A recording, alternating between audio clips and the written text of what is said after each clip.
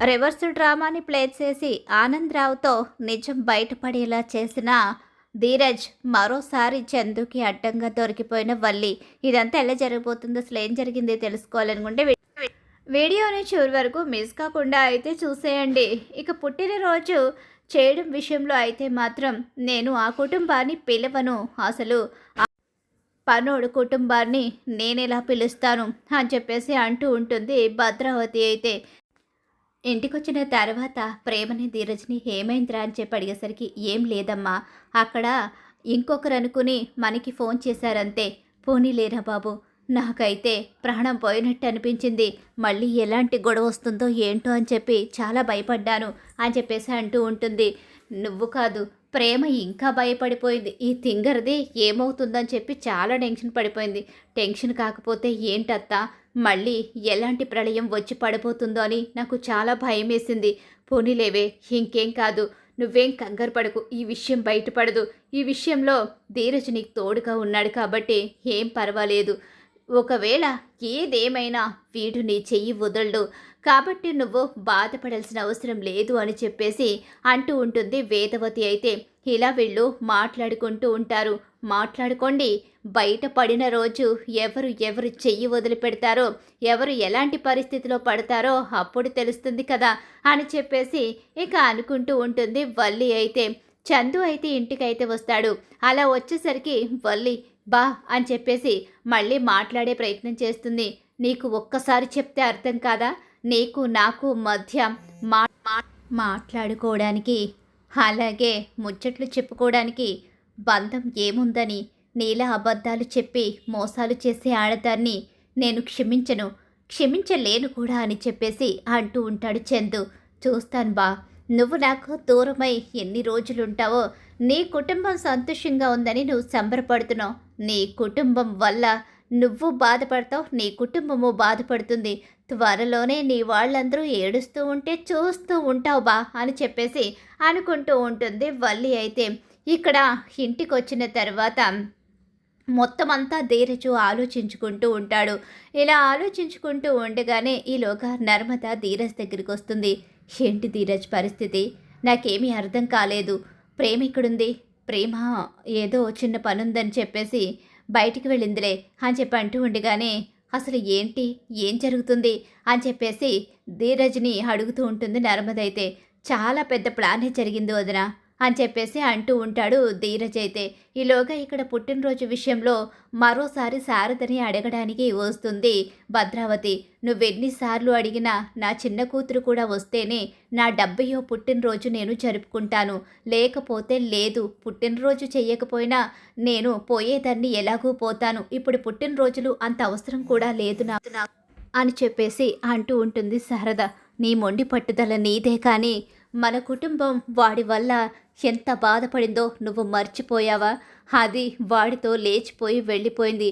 ఆ కూలోడితో లేచిపోయి వెళ్ళి నాన్న పరువు తీసింది. నాన్న చనిపోయాడు. అప్పటి నుంచి నువ్వు ఇలా జీవోత్సవంలా బ్రతుకుతున్నావు. అయినా కూడా ఇంకా ఎందుకు ఆ కుటుంబమే కావాలని కోరుకుంటావు? నీ చెల్లెలు అక్కడే ఉంది, నీ మేనకోడలు అక్కడే ఉంది. ఇక్కడ మనకి ఎవరు మిగిలారే? ఎవరికి ఎవరున్నామో, ఎవరికి ఎవరు కాని వాళ్ళలా మిగిలిపోయాము. ఇంకా ఎందుకే ఈ పంతాలు పట్టింపులు? ఆ కుటుంబం 4 పువ్వులు అలాగే 3 నవ్వులతో ఎంతో సంతోషంగా ఉంటుంది. కానీ ఈ కుటుంబం మాత్రం ఎప్పుడు పగ ప్రతీకారం అంటూ రగిలిపోతుంది. ఈ కుటుంబంలో పిల్ల పాపలు, సంతోషం, పెళ్ళి, పేరెంటం ఏదీ లేకుండా పోయింది. ఆ కుటుంబం పిల్ల పాపలతో సంతోషంగా అభివృద్ధి చెందుతుంది అంటే ఇంకా నీకు అర్థం కావడం లేదా? ఎవరు సంతోషంగా ఉన్నారో, ఎవరు బాధపడుతున్నారో పగ ప్రతీకారాన్ని పెంచుకుని ఒంటరిదానివయ్యావు నువ్వు. ఇప్పుడు చూస్తే ఇక నీ మేనకోడలు అక్కడికి వెళ్ళిపోయింది. వీడు చూస్తే వీడు అలానే మిగిలిపోయాడు.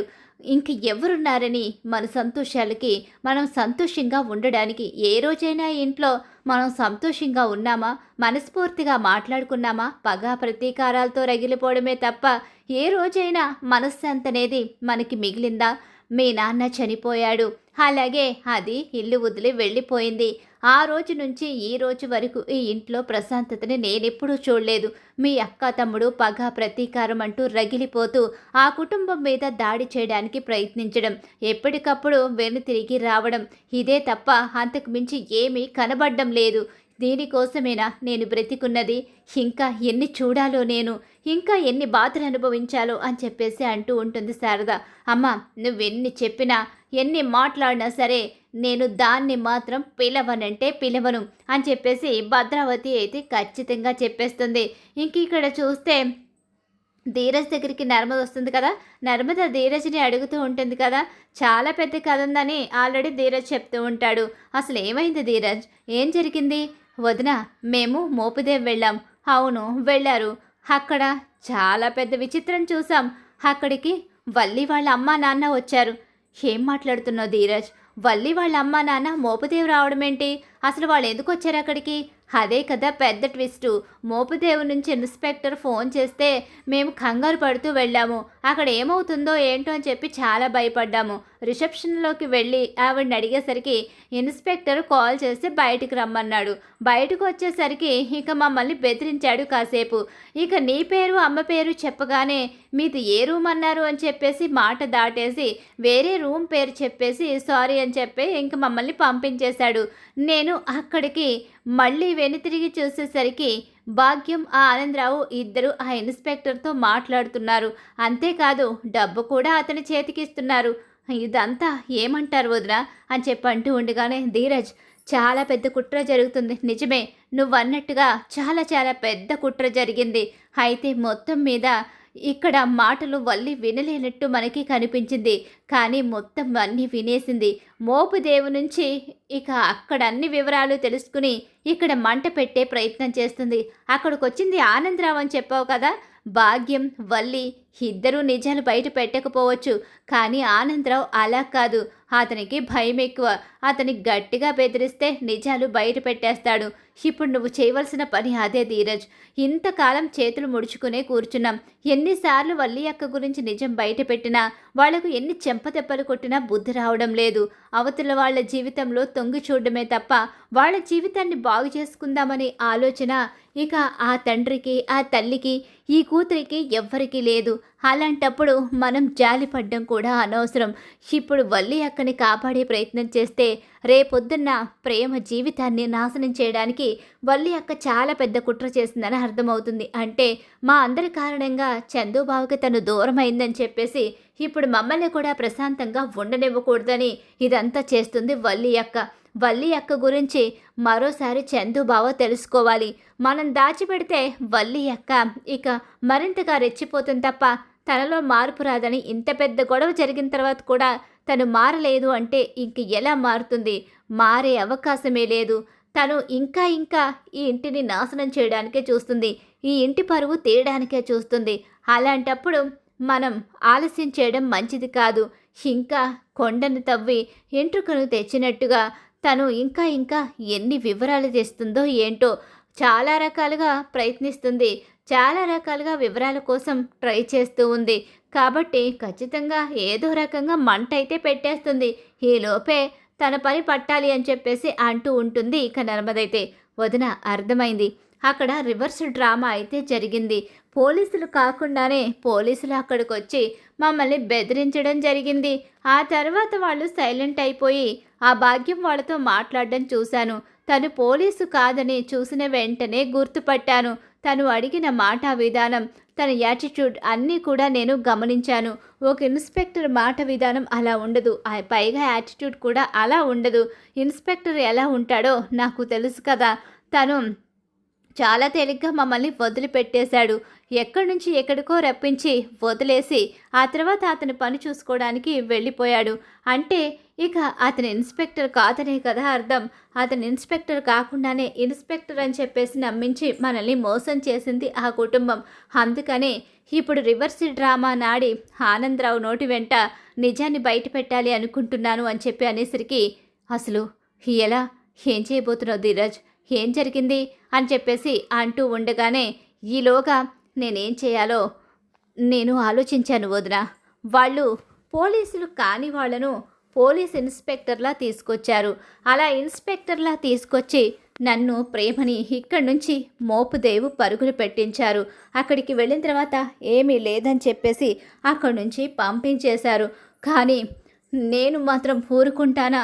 వాళ్ళు ఏ డ్రామా అయితే ఆడి ఏదైతే మనల్ని మోసం చేసి ఇప్పుడు ప్రేమ గుట్టు బయట పెట్టి ప్రేమ జీవితంతో ఆడుకోవాలని చూస్తున్నారో అదే డ్రామాని ప్లే చేసి వాళ్ళు చేసిన కుట్రని మొత్తం బయట పెట్టిస్తాను అని చెప్పేసి అంటూ ఉంటాడు. ఇక ధీరజ్ అయితే సరే ధీరజ్, చాలా జాగ్రత్తగా ఉండాలి, వల్లీలో మార్పు రాలేదని అర్థమవుతుంది, ఇక వల్లీని క్షమించడం కూడా అనవసరం అని చెప్పేసి అంటూ ఉంటుంది. ఇక నర్మదైతే సరే వదిన, నేను చూసుకుంటాను, ఇందులో మీరెవరూ ఇన్వాల్వ్ కాకండి, ఎందుకంటే మళ్ళీ నాన్నకు తెలిస్తే అక్కర్లేని గొడవ అవుతుంది అని చెప్పేసి ధీరజ్ అయితే అంటూ ఉంటాడు. ఇక రైస్ మిల్లో అక్కడ చందు పనిచేస్తూ ఉంటాడు. తను ఆ లెక్కలన్నీ చూసుకుంటూ ఉంటాడు.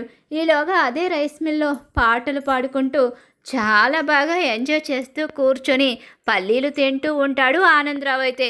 ఈలోగానే అక్కడికి మామా అని చెప్పేసి ధీరజ్ వస్తాడు. ఒక్కసారే షాక్ అయ్యి కిందకి దిగి గబగబా నిలబడతాడు. ఇక ఆనందరావు అయితే అయ్యో మామ, చాలా పెద్ద గౌరవం ఇస్తున్నావే, రండి ఇన్స్పెక్టర్ గారు అని చెప్పేసి ఇన్స్పెక్టర్ని లోపలికి తీసుకొస్తాడు. నిజానికి అతను ఇన్స్పెక్టర్ కాదు, కేవలం ధీరజు స్నేహితుడు మాత్రమే. ఇక ఇన్స్పెక్టర్ గెటప్లో ఉన్న అతనైతే లోపలికైతే వస్తాడు. అలా వచ్చేసరికి వణికిపోతాడు ఆనందరావు అయితే. ఏంటి ఇన్స్పెక్టర్ని తీసుకొచ్చాడంటే చిన్నల్లుడు, ఇప్పుడు నా గురించి బయటపడిపోతుందో ఏంటో అని చెప్పేసి అనుకుంటూ ఉంటాడు. ఆనందరావు కంగారు పడతాడు. ఏంటి మామ, ఇన్స్పెక్టర్ని చూసి ఎందుకు కంగారు పడుతున్నావు అని చెప్పేసి అంటూ ఉండగానే అదేమీ లేదు అని చెప్పేసి ఇక తెగ టెన్షన్ పడిపోతూ ఉంటాడు. ఈలోగా చందు వచ్చి ఎవర్రా తను, అవును నాకు తెలుసు కదా, అయినా తను ఇక్కడికి ఒక ముఖ్యమైన పని మీద వచ్చాడు, ఈ మధ్యకాలంలో అమౌంట్లో తేడాలు వస్తున్నాయని నువ్వు చెప్పావు కదా, ఆ అమౌంట్ తేడా విషయంలో అసలు ఎవరు ఇలా చేస్తున్నారో తెలుసుకోవడానికి వచ్చారు, అందుకే తీసుకొచ్చాను. ఎందుకురా ఇలాంటివన్నీ, నాన్నకు తెలిస్తే మళ్ళీ ఇబ్బంది అవుతుంది కదా, అలా అని మనం వదిలిపెడితే ఈరోజు కొంత డబ్బు తీసినోళ్ళు రేపొద్దున మరికొంత డబ్బు తీసి మొత్తానికే మన నెత్తి మీద చెంగేసి వెళ్ళిపోతారు. ఈరోజు వదిలేస్తే రేపొద్దున జీవితాలనే నాశనం చేసేస్తారు. అలాంటి అవకాశం వాళ్లకు ఇవ్వకూడదు, అందుకే తీసుకొచ్చాను అని చెప్పేసి అంటూ ఉండగానే లెక్కలన్నీ చూపిస్తూ ఉండగానే ఈలోగా ఆనందరావు తెగ కంగారు పడిపోతూ ఉంటాడు. ఆనందరావు దగ్గరికి వచ్చిన ఇన్స్పెక్టర్ అయితే ఏంటి నీ పరిస్థితి, ఇతను ఎవరు, ఏమవుతాడని చెప్పి అంటూ ఉండగానే ఇక మా మామయ్య మా భార్యకి తండ్రి అని చెప్పేసి అతను కేవలం ఇక్కడ ఏదో అలా కూర్చోడానికి వస్తూ ఉంటాడంతే, రోజు వస్తాడా అని చెప్పేసి ఎంక్వైరీలన్నీ చేస్తూ ఉండగానే డబ్బు నేనేం తీయలేదు, నాకు ఎలాంటి సంబంధం లేదు, ఆ డబ్బు నేను తీసుకోలేదు, 3 లక్షలు నేను తీసుకోలేదు అని చెప్పేసి ఆనందరావు అంటూ ఉంటాడు. అలా అనేసరికి అంటే పోయింది 3 లక్షలని, ఆ 3 లక్షలు తీసుకోలేదని అంత గట్టిగా చెప్తున్నారంటే ఆ డబ్బును మీరే తీసుకున్నారని అర్థం. ఇతనే తీసుకున్నాడు, ఎందుకంటే మనం అడగకుండానే ఆ అమౌంట్ చెప్పాడు, అలాగే డబ్బుల గురించి కంగారు పడుతున్నాడు. నేను వచ్చిన దగ్గర నుంచి అతను టెన్షన్ పడుతూనే ఉన్నాడు నన్ను చూస్తూ, నేను గమనిస్తూనే ఉన్నాను, అందుకనే ఇతన్ని అడిగితే బయట పెట్టడని చెప్పేసి ఇలా చేశాను. ఇప్పుడు చూసావా తనంతట తానే బయటపడిపోయాడు అని చెప్పి అంటూ ఉండగానే ఏంటి మావా ఏమైంది, ఎందుకు తీసావు, ఆ డబ్బు ఎందుకు తీసావు, నువ్వేం చేసావు, ఇప్పుడు మొత్తం బయట పెట్టాలి, లేదా అప్పుడు నీ పరిస్థితి ఏమవుతుందో నీవు ఒకే వదిలేస్తున్నాను. ఇన్స్పెక్టర్ గారు ఇతన్ని తీసుకుని వెళ్ళి జైల్లో పడేసి అటు ఇటు 4 కుమ్మి జీవితాంతం అందులోనే ఉండేలా చేయండి. వద్దు, నేను చెప్పేస్తాను, నన్ను క్షమించు చిన్నల్లుడు, ప్రేమ నువ్వు ప్రేమించి పెళ్లి చేసుకోలేదంట కదా, కేవలం అనుకోకుండా మీ పెళ్లి జరిగిందంట కదా, ఆ విషయం మా అమ్మడికి తెలిసింది, మా అమ్మడు మీ గురించి పూర్తి వివరాలు తెలుసుకోమని ఇక్కడ నన్ను డబ్బు దొంగతనం చేసి తీసుకుని వెళ్ళి అక్కడ లంచం ఇచ్చి ఇన్స్పెక్టర్ చేత నాటకం ఆడించి ఇంకా పూర్తిగా వివరాలు తెలుసుకుంటే ప్రేమ అని ఇంట్లోంచి బయటకు గెంటించేయచ్చని చెప్పి వల్లి నాకు చెప్పడంతో ఇక నేను భాగ్యం ఇద్దరు కూడా అక్కడి వరకు వచ్చాము. వల్లి అలాగే భాగ్యం ఇద్దరూ కలిసి ఈ ప్లాన్ చేశారు. నన్ను క్షమించండి, మా అమ్మని కూడా క్షమించండి, మా అమ్మడు కేవలం తన కాపురం నాశనం అయిపోయిందనే ఇలా చేస్తుంది తప్ప, లేకపోతే మా అమ్మడు ఎవరికి అన్యాయం చేయదు. అల్లుడు గారు, మా అమ్మడు తప్పు చేయలేదు అల్లుడు గారు. మా అమ్మడిని మీరు క్షమిస్తే ఇంకెప్పుడు తప్పులు చేయదు అల్లుడు గారు అని చెప్పేసి మొత్తం నిజాలన్నీ కక్కేసి ఇక మొత్తం బయట పెట్టేసరికి ఒక్కసారే చందుకి పెద్ద షాక్ ఎదురవుతుంది. చిచి, ఏం బ్రతుకురా మీ వదంది, ఇంకా మారడం లేదేంటది. క్షమించన్నయ్య, మోపిదేవి వెళ్ళాము. ఎందుకంటే మా పెళ్లి గురించి మీ ఎవరికి పూర్తిగా తెలియదు కదా. మేమిద్దరం ప్రేమించి పెళ్లి చేసుకున్నామని మీరు అనుకుంటున్నారు. మా పెళ్లి వేరే రకంగా జరిగింది. అదంతా కూడా అతి త్వరలో నీకు నేను చెప్తాను. కానీ ఈలోగా వీళ్ళు ఈ విషయాలన్నీ తెలుసుకుని అక్కడికి వెళ్ళి మమ్మల్ని బెదిరించడానికి కాల్ చేయించి అక్కడికి వచ్చి వాళ్ళకి డబ్బులు ఇవ్వడం, వాళ్ళు మా వెనకాలే తిరగడం, ఇదంతా కూడా నేను గమనించాను. అందుకే అక్కడ ఉన్నంతసేపు కూడా ప్రేమతోటే ఉండేవాడిని. ఇదంతా చేస్తున్న వీళ్ళని గమనించి అక్కడే నిలదీయొచ్చు. కానీ అక్కడ నిలదీయకుండా అక్కడ ఇన్స్పెక్టర్గా మా మీద ఎలాంటి కేసు లేదు, ప్రాబ్లం లేదు, వెళ్ళిపోమనేసరికి ప్రశాంతంగా వచ్చేసాం. కానీ ఆ ఇన్స్పెక్టర్ ఫేక్ అని నాకు ఎలా తెలిసిందంటే, అతను రివర్స్గా టోపీ వేసుకున్నాడు. అలాగే తన జేబు మీద ఉండాల్సిన పేరు కూడా రివర్స్గా ఉంది. ఇన్స్పెక్టర్ అంటే ఎంత యాటిట్యూడ్, అలాగే ఇన్స్పెక్టర్ ఎలా కనిపిస్తాడు మన కంటికి, అలా ఎక్కడా కనిపించలేదు. అప్పుడే నాకు డౌట్ వచ్చింది, వీళ్ళు వెనకాల రావడం, అతను ఇన్స్పెక్టర్లా లేకపోవడం, ఇదంతా డౌట్ వచ్చి ఆ తర్వాత అతను వీళ్ళ దగ్గర డబ్బు తీసుకోవడం చూసి అతన్ని నిలదీసేసరికి అతను నిజం మొత్తం బయట పెట్టేశాడు. అప్పుడు అర్థమైంది మళ్ళీ వీళ్ళు దుర్మార్గం చేస్తున్నారని. అందుకే సాక్ష్యాలతో సహా బయట పెట్టాలని చెప్పి ఇక వల్లి వదిన అలాగే వాళ్ళమ్మ భాగ్యం అయితే బయట పెట్టరు. కానీ ఇతను భయపడి బయట పెట్టేస్తాడని చెప్పేసి ఇతన్ని పట్టుకుని తీసుకొచ్చాను. అందుకే ఇన్స్పెక్టర్ లాగా నా ఫ్రెండ్ అని రమ్మని చెప్పాను. నా ఫ్రెండ్ అని నీకు కూడా తెలుసు కదా, కానీ నువ్వు మాట్లాడలేదు అంటే నీకు ఏదో డౌట్ ఉందని అర్థమవుతుంది అని చెప్పేసి అంటూ ఉండగానే, అసలు ఏం మనుషులరా వీళ్ళు బ్రతుకులేంట్రా ఇలా ఉన్నాయి. చిచి, ఇలాంటి ఆడదాన్ని నేను ఇంకా ఎంతకాలం భరించాలరా, నా వల్ల కాదు. ఇంకా వల్లి విషయంలో ఒక్క క్షణం కూడా నేను భరించలేను. మన కుటుంబాన్ని నాశనం చేసేస్తుంది, నా జీవితాన్ని నాశనం చేసేసింది. తన జీవితాన్ని బాగు చేసుకోవడం కోసం తను ఎవ్వరి జీవితాలనైనా బలిపెట్టేస్తుంది. ఇక తనని భరించడం అనేది జరగని పని. తనని ఇప్పుడే ఇంట్లోంచి బయటకు గెంటేస్తానని చెప్పేసి అంటూ ఉంటాడు చందు. అయితే ఏమో అన్నయ్య, ఈ విషయంలో అడ్డుపడాలని నేను అనుకోవడం లేదు. ఒక్క ప్రేమ విషయంలోనే ఇలా చేసింది వదిన అని కాదు. ఇక వదిన అబద్ధాలు, మోసాలు, ఇది తప్ప వదినలో మార్పు రావడం లేదు. 2 సార్లు అవకాశం ఇచ్చినా సరే వదిన ఇప్పటికి కూడా మారలేదు. వదిన, ఇదిగో ఈతను, వీళ్ళావిడ, ముగ్గురు కూడా మన కుటుంబాన్ని ఇంకా నాశనం చేసే ప్రయత్నమే చేస్తున్నారు. ఇలాంటి వాళ్ళ మీద జాలిపడి మన జీవితాన్ని మనమే నాశనం చేసుకోవడం కరెక్ట్ కాదురా. అందుకే ఇక నేను ఏం చెప్పలేకపోతున్నాను. నువ్వే నిర్ణయం తీసుకున్నా ఆ నిర్ణయంలో నేను కట్టుబడి ఉంటాను తప్ప నీకు అడ్డుపడను అని చెప్పేసి అంటూ ఉంటాడు ధీరజు. ఇక అక్కడికి వల్లిని ఫోన్ చేసి రమ్మని పిలిచేసరికి ఇక వల్లి అయితే అక్కడికి వస్తుంది. అలా వచ్చేసరికి అక్కడ ఇన్స్పెక్టర్ గెటప్లో ఉన్న ధీర స్నేహితుడు అలాగే వణికిపోతూ ఇక అల్లుడి వైపు చూస్తున్న ఆనందరావుని చూసేసరికి వల్లికి అప్పటికే అర్థమైపోతుంది. ఏంటి, అర్థమైపోయినట్టుందే మేడం గారికి?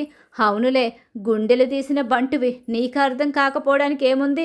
వీడు దొరికిపోయాడు కాబట్టి నువ్వు కూడా దొరికిపోయావని ఆల్రెడీ అర్థమైపోయినట్టుంది. చిచి, ఏం మనిషివే నువ్వు? నీకు సిగ్గు శరం ఏమీ లేవా? ఎన్నిసార్లు మోసం చేస్తావు?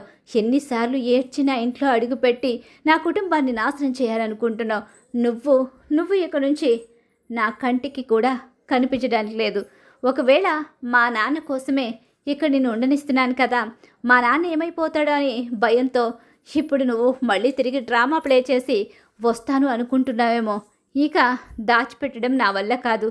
ఈ నిజాలన్నీ కూడా మా నాన్న ముందు నేను బయట పెట్టేస్తాను. అలా బయట పెడితేనే నువ్వు సైలెంట్గా ఉంటావు. లేకపోతే బయటికి వెళ్ళినా నా కుటుంబం మీద కుట్రలు కుతంత్రాలు చేసి మా నాన్నని మాయ చేస్తావు. అందుకనే నిజం నాన్న ముందు బయట పెట్టేస్తాను. నువ్వు మాత్రం నా కంటికి కనిపించొద్దు. ఇక నువ్వు చేసిన పాపాలకి శిక్ష కూడా లేదు. నువ్వు ఎన్ని పాపాలు చేశావంటే చిచి, నీ మొహం చూడ్డానికి కూడా నాకు అసలు అసహ్యం కలుగుతుంది. వీడు ఒక తండ్రే, ఆవిడ ఒక తల్లే, నువ్వు ఒక ఆడదానివేనా? అసలు మీరు మనుషులేనంటే ప్రశాంతంగా ఉన్న నా కుటుంబంలో ఎందుకు చిచ్చు పెడుతున్నారు? తను ఏ పరిస్థితిలో ధీరజని పెళ్లి చేసుకుందో అది అర్థం చేసుకోకుండా మీరు ఇష్టం వచ్చినట్టు తన జీవితంతో ఆడుకోవాలని చూస్తున్నారంటే నువ్వు ఆడదానివి కాదు, ఆడదాని రూపంలో ఉన్న నరరూప రాక్షసువని అర్థమవుతుంది. ఇక నీ విషయంలో మాత్రం ఎట్టి పరిస్థితుల్లోని క్షమించేదే లేదు అని చెప్పేసి వల్లిని ఇంట్లోంచి వెళ్ళిపోమంటూ గట్టిగానే వార్నింగ్ ఇస్తాడు చందు. అలా వల్లికి ఊహించని షాక్ అయితే ఎదురవుతుంది. మరోసారి తను చేసిన తప్పులన్నీ కూడా బయట పెట్టేయడంతో ఇక వల్లి మరోసారి బ్రతిమలాడుకునే ఛాన్స్ కూడా ఉండదు. ఇంకా అలా చందు అయితే ఊహించిన నిర్ణయం తీసుకుంటాడు. మరి ఖచ్చితంగా రాబోయే కథలు అయితే జరగబోతుంది. వల్లి ఇలా దొరికిపోవాలని మీరు కోరుకుంటున్నారా? అయితే వీడియోని తప్పకుండా లైక్ చేసేయండి.